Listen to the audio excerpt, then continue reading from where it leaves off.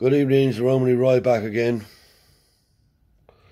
Working on my YouTube channel story. It's been a long delay because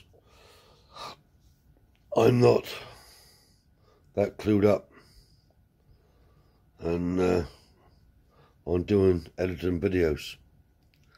Because you say a piece, you leave a piece out, you want to put a piece in, it's getting that I can't do it. So I will do it, because I have done it before, but I'm not getting on that good with it. Anyway, I've made another decision as well about this, my life journey. I can't combine the two sides of the family in one interview, because there's too much and it ends up being muddled up.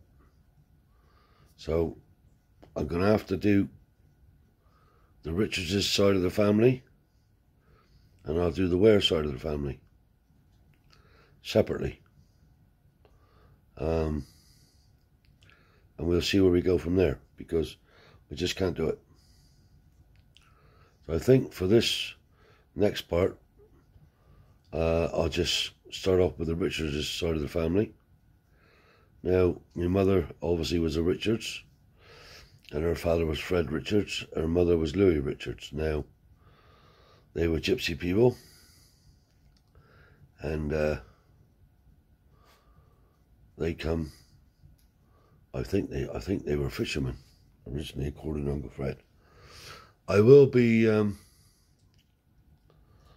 talking to Uncle Fred, who is the kingpin in all of this, really.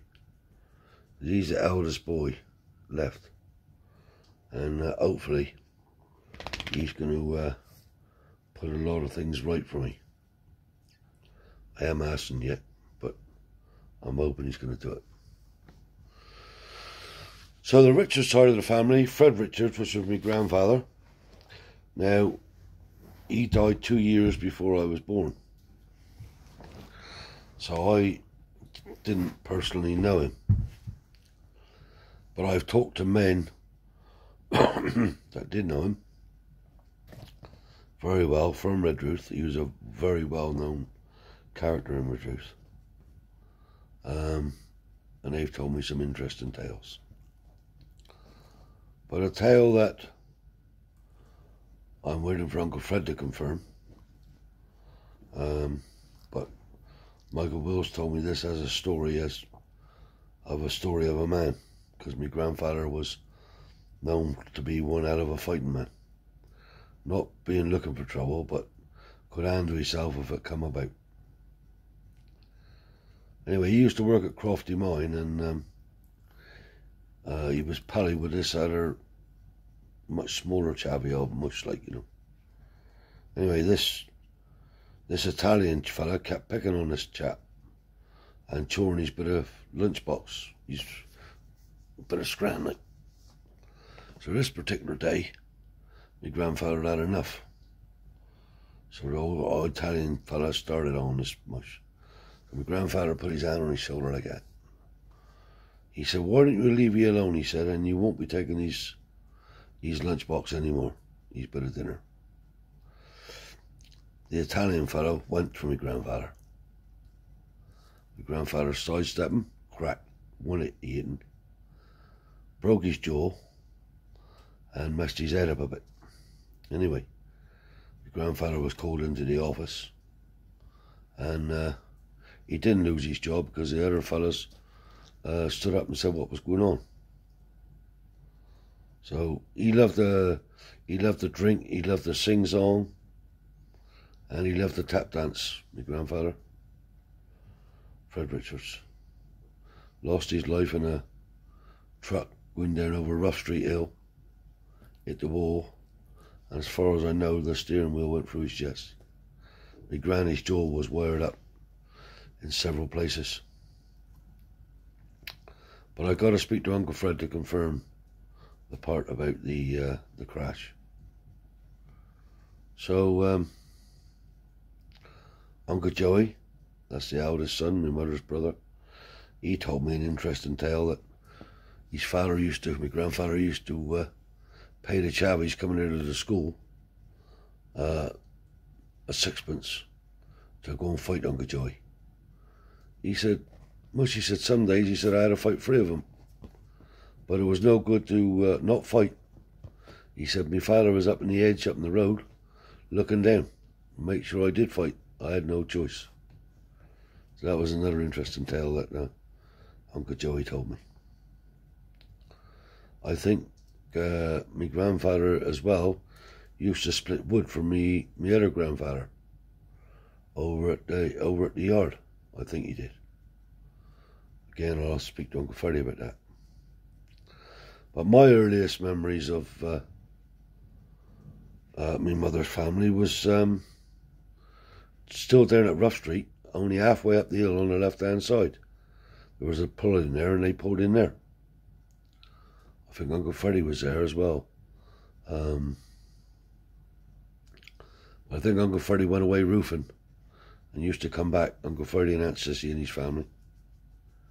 But they was down there pulled in. Anyway, my granny had a trailer there, a little wood hut with a Rayburn in it, and a Luton top body van. I think Uncle Samson used to have to sleep in he. But they was all good gals, man. My mother's lot. And the ones that was home at the time that I was staying there was my Aunt Lizzie, my Aunt Amy, my Aunt Kathleen. I don't know who else, but I think there was one other one. And Uncle Samson was still home.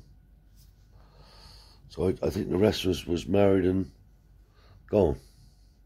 But bearing in mind, my mother was one of 22, which 17 survived. So it was a big, big family.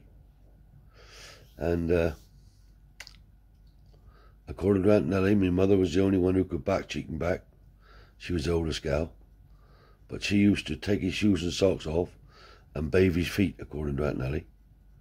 And the rest of the gals would say, wash your feet, Dad? He said, no, my eye to do that in a minute.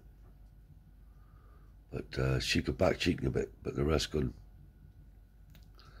And Aunt Nellie told me that they used to have, down the bottom, they used to have a big old fire with a bath on the top, old tin bath. And my mother would fill up with water and leave them on top the fire. But the bath used to get hotter as my mother was going on. And the chavvies was screaming, and she used to make them get back down in the water. But I can imagine my mother doing that one. But Aunt Nellie will tell us about that one a bit later on. And yeah, I stayed there many times. We had to sleep head to toe down there then. So that was my granny's place down there. And then there was Uncle Samson. He was the only boy home at the time then. And he was a character. He got up to all sorts. But my mother's family was all good, really. There was no harm in they. So I'll sign off from this one for now, and I'll bring it up to date on the other side of the family from the Wares, and we'll just have to keep doing one at a time as time went on. So it's bye for now from the Romany Rye.